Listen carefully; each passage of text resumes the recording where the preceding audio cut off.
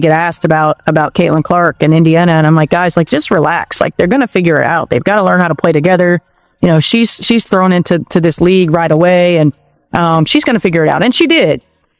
And she's going to see all kinds of coverages. She's going to see all kinds of matchups. And so for us, working on how to become a little bit more efficient. Stephanie White recently made a comment about Caitlin Clark's playing style that has some fans concerned. But before anyone gets too worried, let's take a closer look. Trust me, Stephanie White is an excellent coach who knows what she's doing. This could actually turn out to be a great thing for both Caitlin and the Fever's chances at winning the championship. Let's dive into it. She thinks that the Indiana Fever are a title contending team for 2025. Is it realistic to say that this team is a title contender in 2025? I mean, I think on paper, certainly. You know, you look at it and look, our goal was to bring in experience, to bring in players that can complement our big three. You know, I didn't know that we would be able to build the depth that we were able to build in year one. You know, I thought that was going to take a little bit more time. All right, Fever fans, let's all take a deep breath. In through the nose, out through the mouth. Now, let's talk about what Coach Stephanie White said that's got some of you on the edge. She mentioned that Caitlin Clark will sometimes play off the ball, and now Fever fans are acting like they just got hit with a full court press. What do you mean she won't have the ball? Relax, everyone. No one's sending Caitlin to stand in the corner like a backup player in a video game. Standpoint, but from a rhythm and timing standpoint. So that becomes the next challenge. But getting more efficient in everything that we do. You know, for us, moving her off the ball a little bit more so she's not getting worn out in game, just handling the ball 94 feet. And then we're challenging her on the defensive end of the floor as well, like being a better defender. You know, the best that for us as an opponent, you know, you want to attack a good offensive player by making him play on the defensive end, putting him through the ringer. You know, and so being a better defender, you know, and I think being more creative. Let's break this down logically. Caitlin Clark is one of the most talented playmakers we've ever seen in women's basketball. Her vision is elite, her ball handling is smooth, and her shooting range is like Steph Curry, just disrespectful. So, we get it. Hearing that she won't always have the ball in her hands might feel as strange as a basketball game with no fouls. But here's the thing, this could actually be a smart move. Turnovers number, because there is context to turnovers. That's not saying Caitlin Clark didn't turn the ball over a bit too much, especially early in the year. But ironically, the turnover numbers did not tell the full story about her turnovers. There were games where she committed 9 turnovers, where 7 of them were quote-unquote good turnovers, 2 of them were bad, and there was a game where she committed 5 turnovers and gave up 5 freaking... Stephanie White isn't playing checkers, she's playing chess. Think about it, if defenses already treat Caitlin Clark like she's radioactive when she brings the ball up, imagine what would happen if she's running off screens, cutting to the basket, or pulling up for a 3 after a quick catch and shoot. It would be terrifying. Picture this, Clark sprints around a screen, catches a pass from Kelsey Mitchell, and before the defender can even react, bam, 3 points.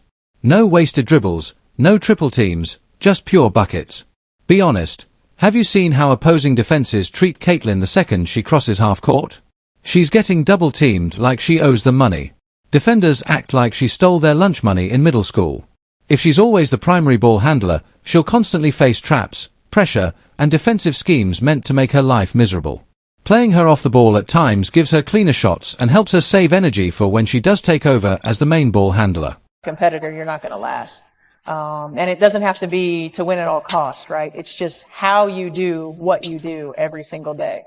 Like for me as a human being, like if you're leaving your shopping cart out in the middle of the parking lot, I'm judging you. You're not going to be on my team, right? Like you're not going to be on my team.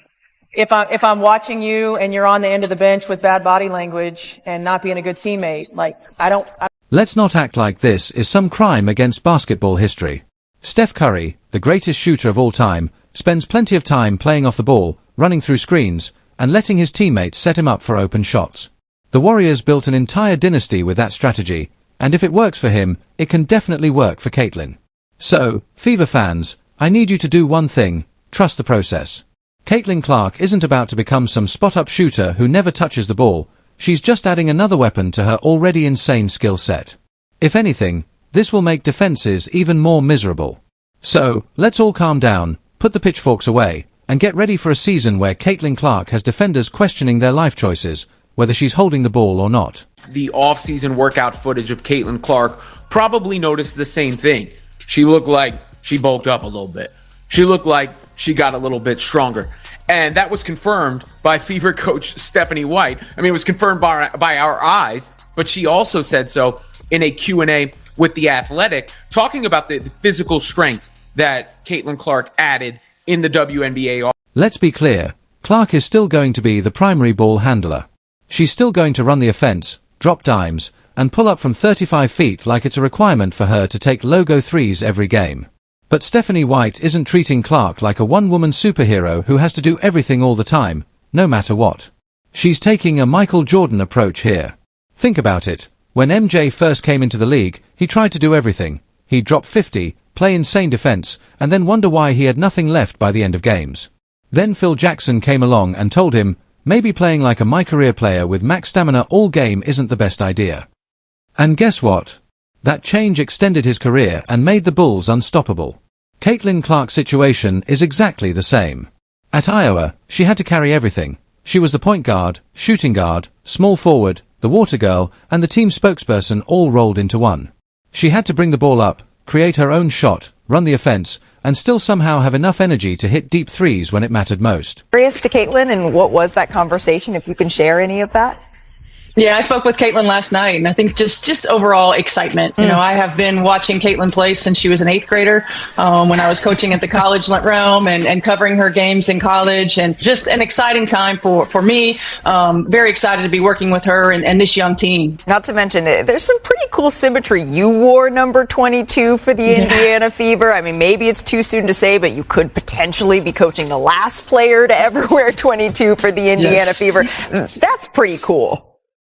It's very cool. I saw when they posted that today. I thought it was unique, certainly. She's a lot better, number 22. She puts the ball in the hole. That's not sustainable in the WNBA. You can't drop 35 points and 12 assists every night while constantly getting double-teamed by world-class defenders. That's how you go from MVP candidate to a walking ice bath patient. So, what's White's plan? Simple. Let Clark play off the ball at times so she's not completely drained by the fourth quarter. This means fewer games where she looks like she just ran a marathon by the final buzzer and more games where she's fresh enough to cook defenders in crunch time. And let's not forget, playing off the ball isn't some punishment. If anything, it makes Clark even more dangerous. Defenses already treat her like a walking threat when she has the ball. Now, imagine her sprinting off screens, catching quick passes, and immediately launching deep threes before defenders can even react. So, let's all chill. Nobody's turning Clark into a glorified decoy. She's just adding another weapon to her already ridiculous arsenal. And trust me, when she's dropping effortless 30-point games because she didn't have to carry the entire offense for 40 minutes straight, you'll all be thanking Stephanie White. And again, she's got a lot of self-awareness. And, she figured that out, right away. Like, I need to get stronger. I can't get knocked around as much. And so she's done a great job of getting in the weight room and really focusing on her areas that she needs to focus on in terms of strength, in terms of, low center of gravity, time under tension, like all of those things. I think the next step is efficiency. Right? Like, not so many turnovers, higher field goal percentages. She knows what's coming. I mean, you saw that throughout the course of last year. I remember